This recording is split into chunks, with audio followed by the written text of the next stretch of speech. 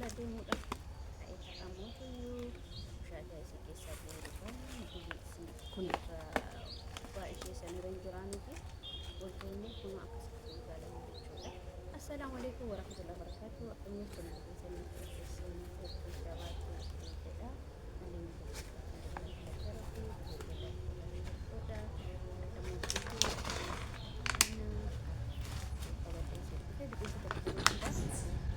baay'ee nu barbaachisan jiru. Bishaan obaasuu fi bishaan obaasuudha. Bishaan keessee jalaa jiruudha. Margi kun isa fakkadamu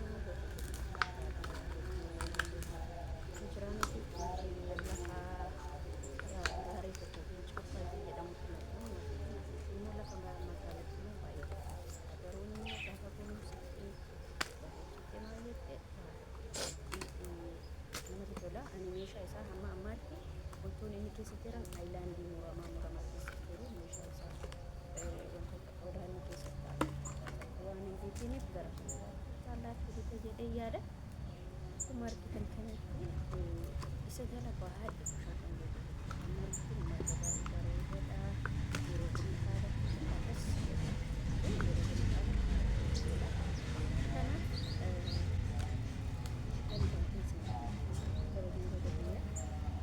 wanta kiiloo ofii jala biyyattii ilaaluu tokkoon jechuudha. Wanni isheen barbaadu maaliif isiniif fakkaate bishaanii isii jala huura buusuu qabu. Akkas isiniif barbaada. Iddoo isa kaa'een jira.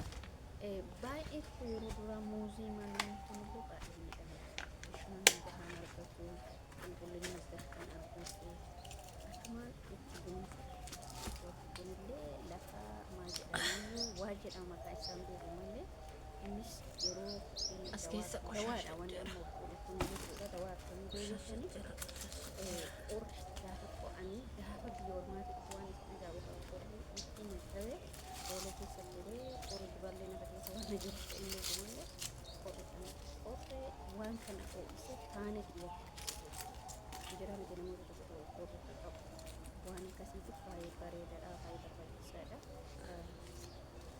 Inni kun immoo meeshaan isaa argatan isa keessa jiru wantoota qalamii keessaa dibamu isiniitu barbaada.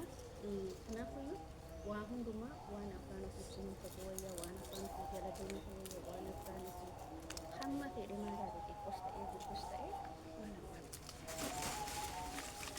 ofii jala deematu yoo afaan ofii jala deemee namni biraa jala bakka jiraan tokkotti namni sun waan itti aanaa siniif malee namni biraa jechuun barbaada. Jaarsoodhaan tuyyuu wanni biqilni kan barbaadu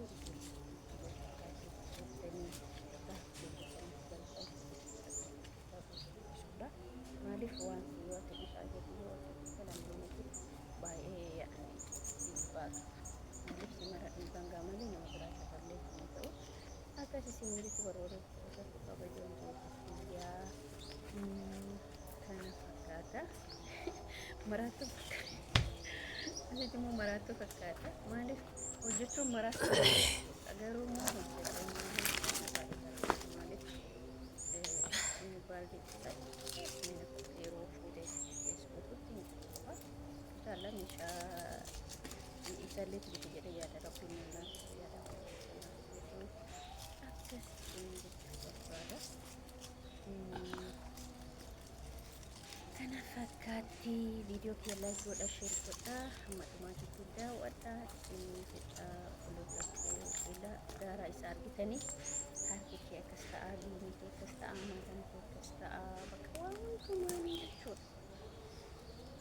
Maraattuu fakkaattee jira akkasii keessaa yoo dooranii wantootuma kamuu fakkeenyaaf ataakiltiin guddisuu keessatti dhaabbii baay'ee barbaachisaa ture.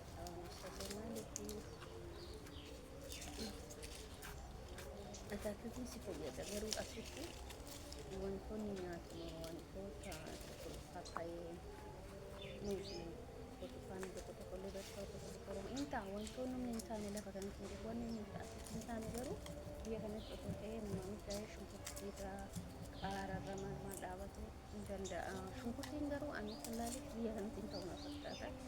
Dhaabni ture erga dhaabni immoo ofitti kennuutu hin bade. Akka lafa baadiyyaasa waan qabu hin hammatu. Akkasii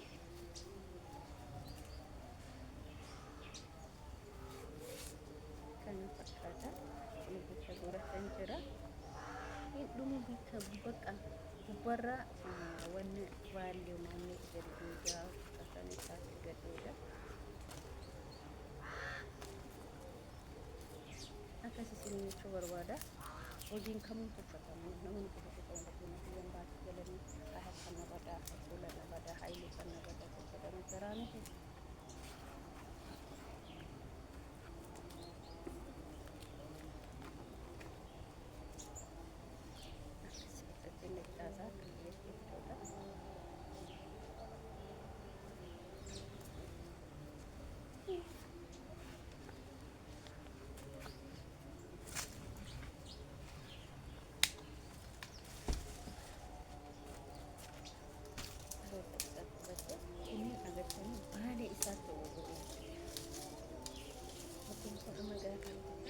Jirama guddaa qaba erga jala fiimu qalanii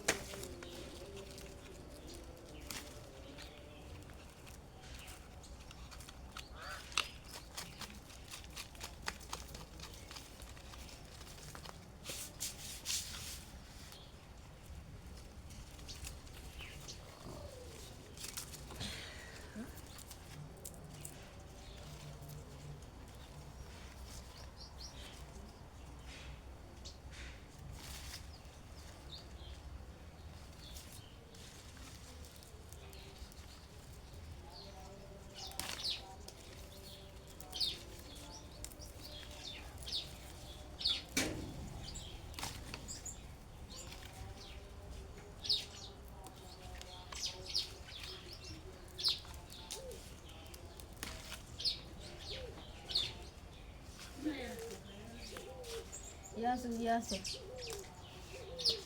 Kun amma wanti kaasana jira Faatuma kun hunda zala jira.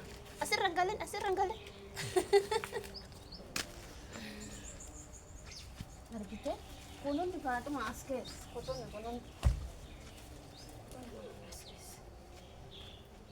Kun gogoydee yoo. Hagam goydee. Enggak, aku berkebun kulit aku. Ini amma kana. Gubah aja dari ya. Malah sakit. Jide. Warna buat ada marah kas azala afe. Bisa berubah. Yo argan lelo lani ber.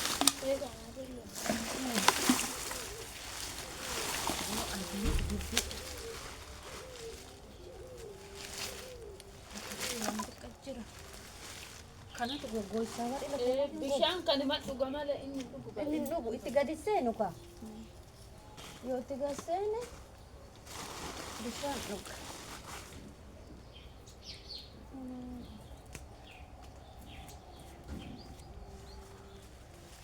Balas rumah tentu aku juga goida garte. Muzikan tuh kamu. Ada dura garte ko mulum mata rangka dhugu. Deni Jari jalatti guru malee laalanii bar. Bilala tigelenne imo garte Samuunaan kana ka. Samuuna du'aa kana waan dhametti. Tigellee baay'ee